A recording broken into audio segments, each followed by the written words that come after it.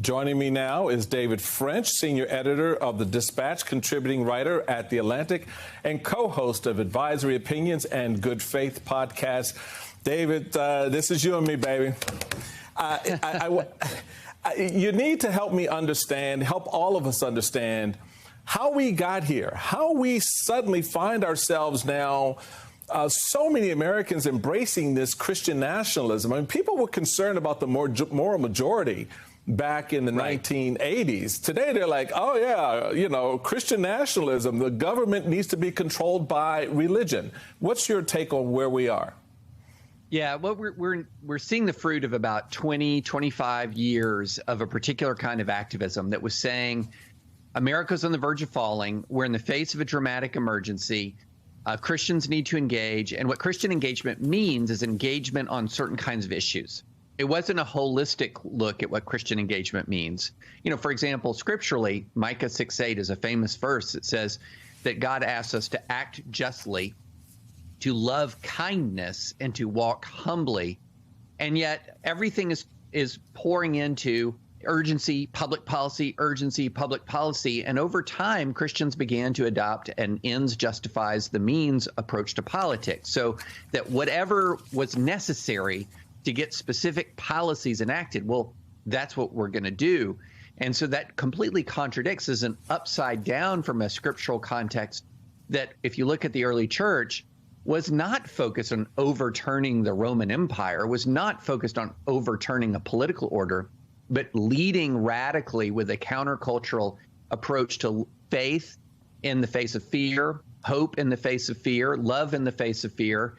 And that sadly doesn't really characterize the overwhelming majority of Christian political engagement right now. So, keying off of your quote of Micah 6:8, you write in the Dispatch, Christian politicians who act as if entire sections of clear biblical moral commands simply don't exist, so long as they take the, quote, just, in right-wing eyes, position on issues of social and cultural consequences. That speaks to me about that intersectionality between religion, faith, politics, and culture.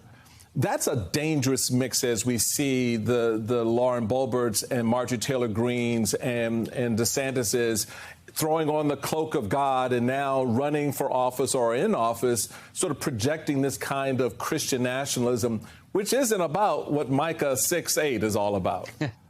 Well, you know, this is what I'm saying. I'm not saying that Christians should pull away from politics. One of the most powerful social movements in modern American history was thoroughly Christian, and that was the civil rights movement.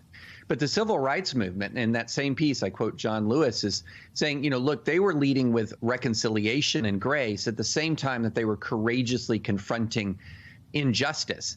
And so look at the contrast between the civil rights movement and how it behaved in the face of fire hoses and brutal and dogs and brutal beatings with January 6th, which was infused with Christian activism, but it couldn't be more opposite from the civil rights movement. And my point is, Christians, like the Christians in the civil rights movement, always have to be thinking about the how of how they're interacting in politically, not just the what, not just the policy, but how they do it.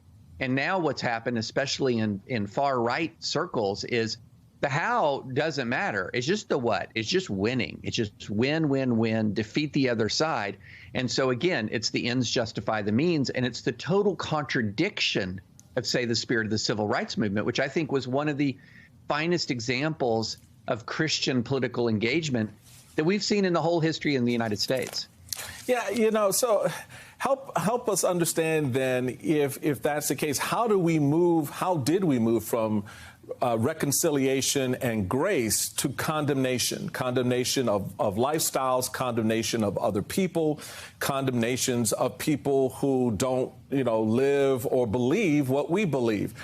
Where do they think they go with this? I mean, what does it look like on the other side of if the Boeberts are right and get their way at the end?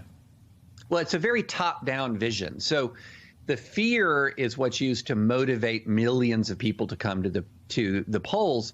And then if those millions of people come to the polls, you can elect godly leaders, and godly leaders will help redeem or save the nation.